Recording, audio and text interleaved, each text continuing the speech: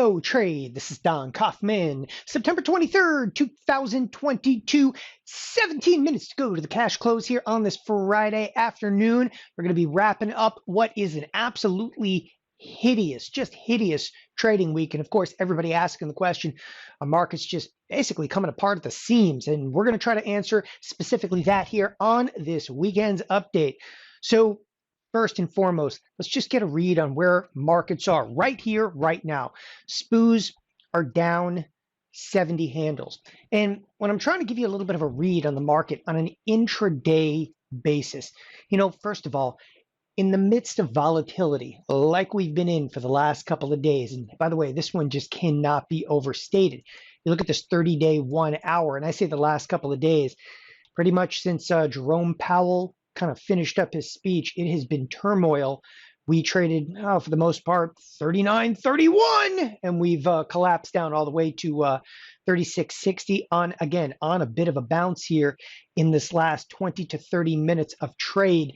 Nevertheless, some very serious damage has been inflicted to this marketplace. One of the things I'm just going to tell you right off the bat that I do not like on an intraday basis, volume is picked up a little bit, but the volume is picking up a bit to the upside. All right, so we've got some shorts covering, yada, yada, yada. The one thing I did not like, and I actually wanted to kick off, the entire weekend update with this. So I'm sitting here, and I got to tell you, I have not moved away from this screen, but I don't know, maybe 10, 15 minutes the entire, trading session. I'm sitting here popping chicken nuggets in, not moving away from the screen, waiting for some execution opportunities, which did eventually arise. Nevertheless, one of the things that's really bothered me, look at the depths of this marketplace. And again, I'm just going to kind of highlight, when I say depths of the marketplace, right in here. Forget about the chart. Doesn't matter about the chart. I'm looking at the volume. Does that look like the kind of volume where it's just raging into capitulation? Because I'm just not feeling it. And when I'm looking at this, I'm thinking, oh man, this could be ugly. Markets are just coming apart. And I look down at the volume and I just don't see what I want to see for degrees of capitulation. Then I actually opened it up to a daily chart. And again, I'm very quantitative when it comes to this. Like, I'm not going to sit here and go, oh, it's this pattern. It's completely oversold. It just doesn't matter. Like, no one cares about oversold here. Okay. You got to look at, I guess the only way I term it is, traders, and I use this terminology all the time, they got to feel the fear. But what I'm looking for on an intraday basis, and I'm just breaking it down intraday, there's no rage to this trade. When I say the rage comes in, like, people got to panic. You got to feel like this thing is never coming back. We didn't hit it today. We just didn't hit it. And if you're going to ask me right off the bat, like, did we hit a bottom? It looks like, and again, people are going to pull up the technicals here. They're going to look at the S&P futures. They're going to look at like SPX. Like, it's a double bottom. They're going to look at the spiders. It's a double bottom. And then we bounced off of it. It's all for nothing. It's all for nothing because, again, on a very, very systematic level, I didn't feel that rage at all. And, I say feel the rage. I just don't think that that's a fair terminology because I associate that, that kind of rage inside of trade with volume. I associate that with, looking at the VIX, which the VIX coming back in a little bit here. Even the VIX doesn't necessarily do it for me, but I'm going to talk about volatility here momentarily. Nothing to me really pointed to, that almost like catastrophic kind of feel. And even though volume is, it's heavy, there's no question volume's heavy. It's just this heavy yesterday. I mean, it was heavier back here, but this has to do with a roll. Nevertheless, volume was significant, but we didn't see the kind of price action and the kind of surge in volume that I believe that we need to see, for degrees of capitulation. And quite frankly, that's what I didn't feel, and I'm just letting you know it right off the bat over here. So let's actually start to break down some of the trade. And again, as I said a moment ago, I'm going to try to be as quantitative as possible. And, in times like this, it really, it doesn't matter what somebody thinks. And I'll even tell you, this is what I think, or this is an opinion piece over here. It doesn't matter what somebody thinks, okay? None of that, is for anything. Do you think we've seen the bottom of the year? Of course not.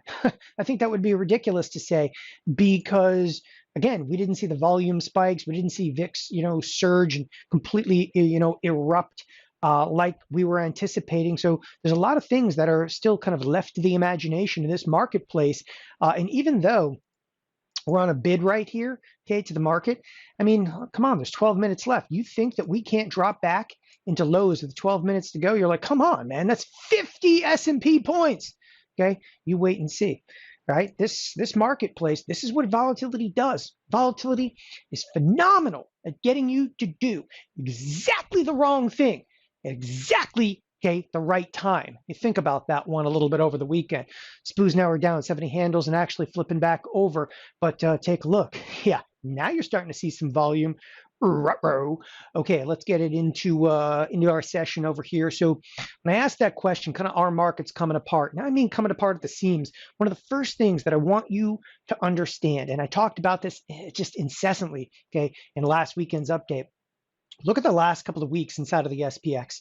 Now I could spend hours, literally hours, just talking about this in the SPX.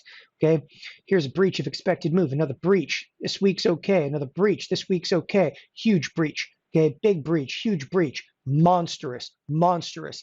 Okay, how many weeks in a row? I think that's what, 1, 2, 3, 4, 5, 6, 7, 8, 9, 10, 11 weeks. Okay, I mean, look at this. You got 2 weeks that have been inside the expected move. You have to understand that the marketplace is being ripped apart. The efficiency is gone. The SPX is not doing, okay, its job in handicapping risk, and I just cannot stress this enough. Like, let me actually explain it a little bit more clearly for those of you that are like a little bit newer to this.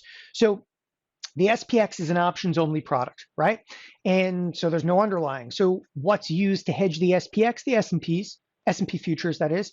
So for the most part, when you're looking again at the SPX, okay, you look, for instance, 7 days out. That takes us to the end of next week, right? It's expected move equals about $125. Now that's not set yet, right? That could still rage if the marketplace crashed and burned at this moment in time. But you're expecting this $125 move. But that's for entirely next week. That's like the standard deviation in next week, which makes not much sense to me. I'll tell you why it doesn't make much sense. At one point today, we're down like 110 points today, and you're telling me that all of next week I'm only supposed to move 125? Okay, I ain't touching that one. I'm just not touching it. I'm not going to be seller of short duration premium. I've been screaming about this throughout the course of the year. Like, you sell short duration premium, you die. You die in this marketplace. It's just far, far too much risk. We just keep exceeding week after week. And when the markets are getting ripped apart at the seams, like, you need to see, okay, a catastrophic volatility event occurring. Now, we're started in the right direction, okay? So when I say we're started in the right direction, volatility futures have gone into backwardation. We're home! Okay, as soon as the volatility futures go into backwardation, now they're 70 cents into backwardation. Now, I've been talking about this also, okay, pretty much, okay, ad nauseum.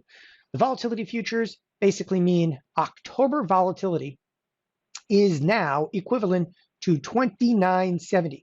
Then you look at no volatility, and it, okay, is trading at 29 even. So what it basically means, we're blowing up, okay, right now, even more than we are in November. Okay, in effect, what you're saying is the risk is so extreme right now that there's a better chance of the world blowing up in the next 26 days than in the next 54 days. And that like defies comprehension, because how can there be more risk with only 26 days than there is 54 days? So when you go into backwardation, it basically says, okay, it's on, and it is on right now. And that had to happen for degrees of capitulation. There's no question about it. Like, you need to see this volatility into backwardation. So that's a big check mark, if you will, in the correct direction for, again, that's what we're trying to find in here. Is it's not everybody's looking for a bottom. Everybody wants to know kind of when things are going to mellow out, maybe settle out a little bit. If you're looking for a bottom, that can be an incredibly, long process, an incredibly long process. But if you're looking for that like shock and awe in the marketplace, you're starting to see some of it emerge here with this volatility inside of backwardation.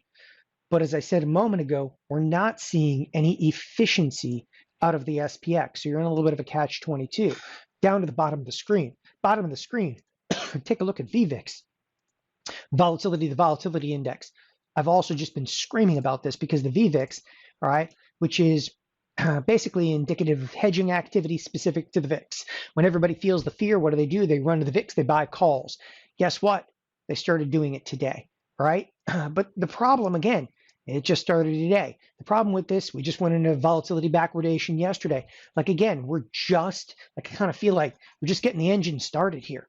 And it's a little bit disconcerting to think just that. All right.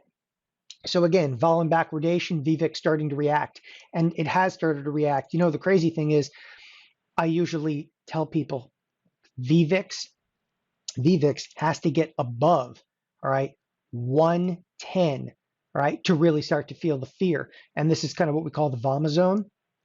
Well, again, we're not there.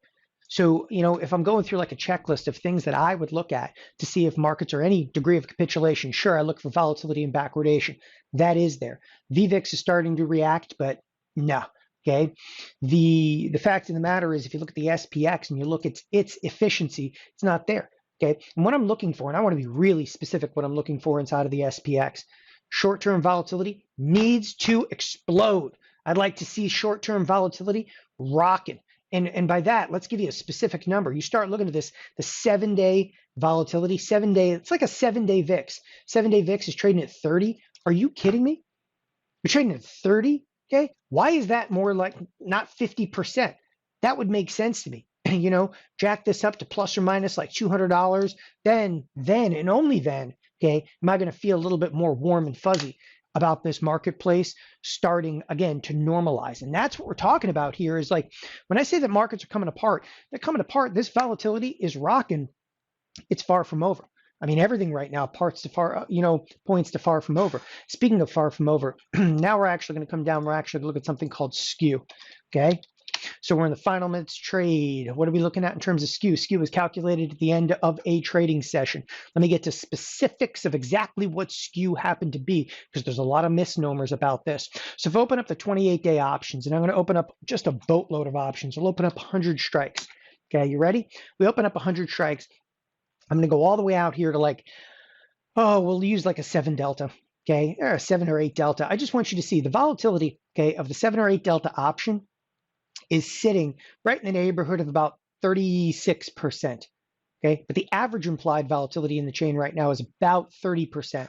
Then you go out and you look at the calls, okay, calls, and I go all the way out to an 8 delta, it's about 23%. Okay, the differential, okay, between put implied volatility and call implied volatility is just not there. What does this imply? Well, I'll tell you exactly what it implies. Nobody's reaching for these puts. There's not a lot of put buying going out there where everybody's like, I need puts, duck and cover. I need puts. They need to feel the fear. These puts got to skyrocket in terms of implied volatility. They're doing the exact opposite. Okay. When I start looking at the calculation of SKEW, and again, SKEW is the implied volatility SKEW specific to the SPX. Okay. It's averaged at 30 days. You can go back over 10 years. We're one of the lowest, okay, SKEWs we have actually seen. Effectively, what am I saying in this one? It just doesn't make me feel warm and fuzzy. Okay, it's just, I mean, really what I wrote on here I think is accurate. SKEW's downright scary. Why? I just don't feel like anybody's reaching for those puts. Now, things can change a little bit. Now, SKEW is calculated at an end of a trading session. After the trading session, plus an hour, and they'll print a new SKEW. But the interesting irony is, yesterday, the marketplace was getting killed and SKEW actually went down. Like, how is that occurring? Like, no one is reaching for puts. They need to reach for puts. If you're going to feel the fear, you're going to do just that, and they're not. Okay, you should keep that in mind. Let's move on to the dollar. Now, these are the same factors I've been talking about day in and day out. Again, trying to give you the most quantitative feel. The dollar, it's literally, again, it's gone parabolic. I've said that before. It's just relentlessly higher. At some point, I think other sovereignties have to step in and do some intervention here. Japan has actually intervened with, of course, the yen recently. It's done absolutely nothing. If you will, we'll actually cruise down for just a moment, take a quick glance at the yen, because I want to show you what the currency intervention has done for them, and the answer is absolutely nothing. You can actually see Japan coming in and intervening to try to prop up their own currency. And by the way, this has happened a number of times, these huge spikes in the Japanese yen. It's not working. Nevertheless, okay, there is something I want to tell you about the dollar. I think that's critical. We may not necessarily continue to have to run to the dollar. okay? And I'm going to bring this up in just a moment. As the dollar is relentlessly higher, all of a sudden, I think we're going to see our risk-off asset classes may shift. Effectively, what I'm saying is the dollar is being used as duck and cover, get in the dollar. They're going to start moving to other devices. What other devices? Obviously, you'd see volatility spike, but bonds are going to turn tail and possibly start to rally. Okay, bonds are going to turn tail, start to rally. And again, I know I'm jumping around here because I'm talking about the dollar is relentlessly higher, but then risk-off asset classes. Okay, no one has wanted to buy a bond for months. All of a sudden, they start buying bonds today. Again, why would they buy bonds on a day like today? Interest rates are supposed to be going higher. Bonds going higher implies lower interest rates. It's effectively, there's just nowhere else to go. In fact, with this in mind, if they're going to turn around and buy bonds, what other asset classes might be in play? I'd start to even actually fish around a little bit in gold. Do you think gold's going to break down? It might in the near term, but some defined risk trades and something like GLD for the upside, okay, could be absolutely plausible here in the very near term. We are coming into the cash close right now. The S&P's only down a mere, okay, 1.6%. Here is the closing bell. And that is it. So the GLD trade could actually come back into play in the very near future. And it's not going to do it like gold, okay? Gold is not going to turn and rip to the upside, okay, unless the dollar kind of mellows out. But again, I'm not necessarily saying that dollar highs are in, but I do believe that the dollar trade is going to start to mitigate itself a little bit for the upside. Because again, the movement in here, well, I think you really have to open up almost like a 5-year chart or even a 10-year in this case to see how significant the move in the dollar has been. And this really, this redefines that terminology of parabolic, which is just ever increasing slope. I mean, straight up. It's absolutely straight up. And this is devastating inflation throughout the globe right now. And moreover, it's being used, again, as I said, like a little bit of a duck and cover trade.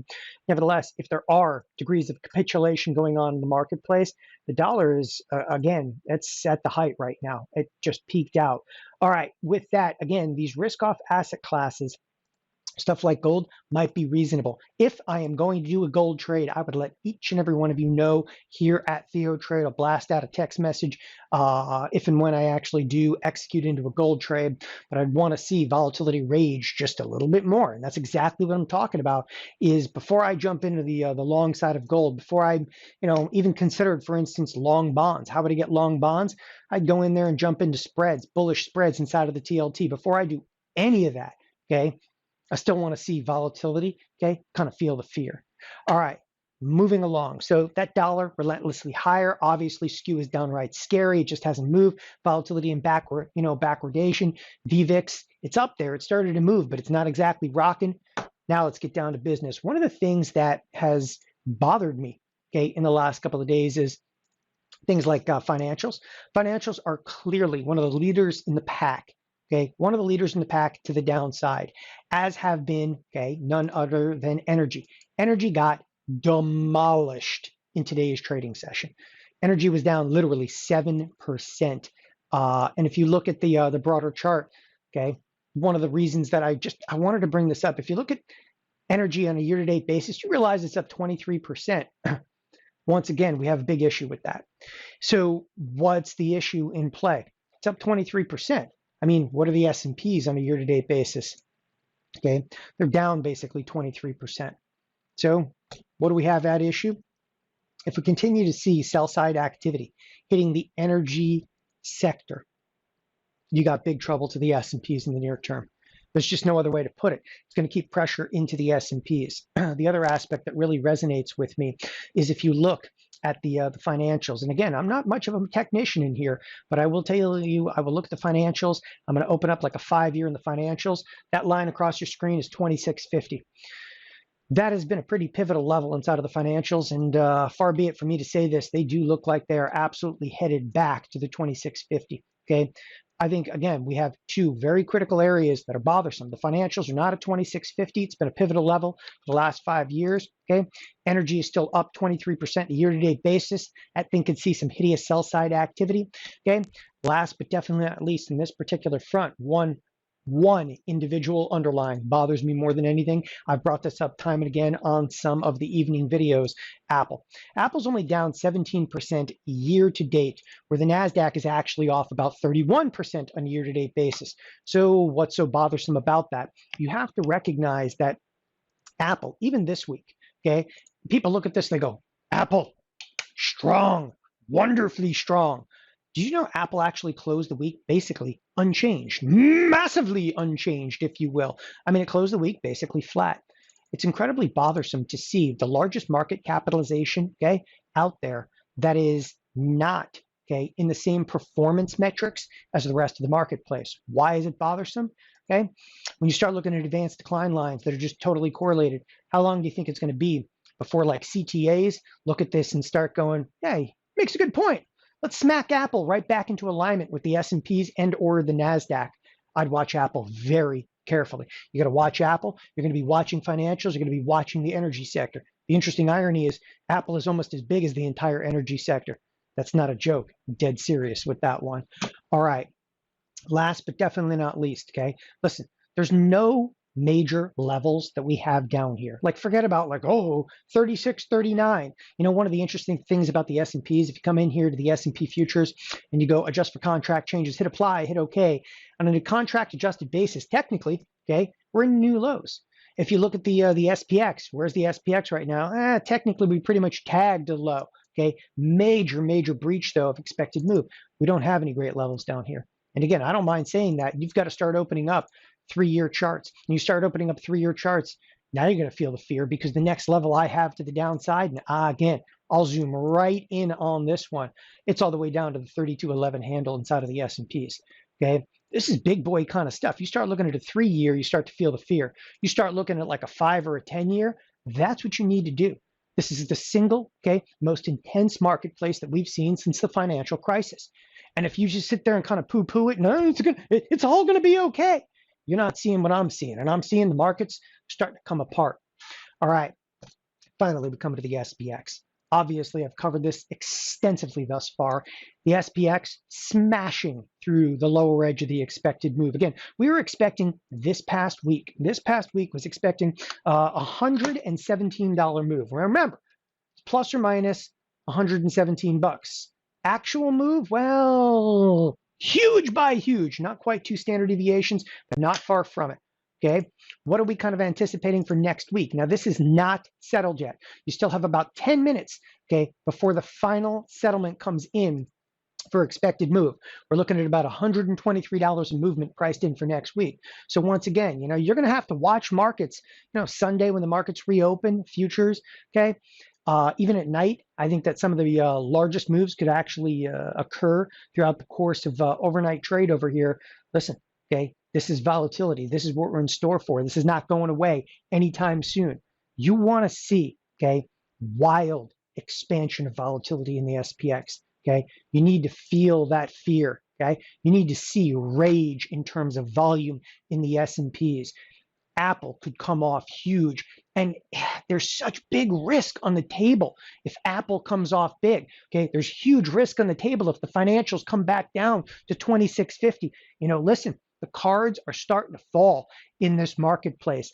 Get in the game, sell some premium. If and when we actually see that big volatility burst, we're going to look for spreads in TLT. That's bullish spreads in TLT, possible bullish spreads inside of gold this next week. Listen, volatility is rocking, and here's some of the greatest opportunities. Thanks everybody for joining us here at TheoTrade. Have a wonderful weekend. Bye-bye.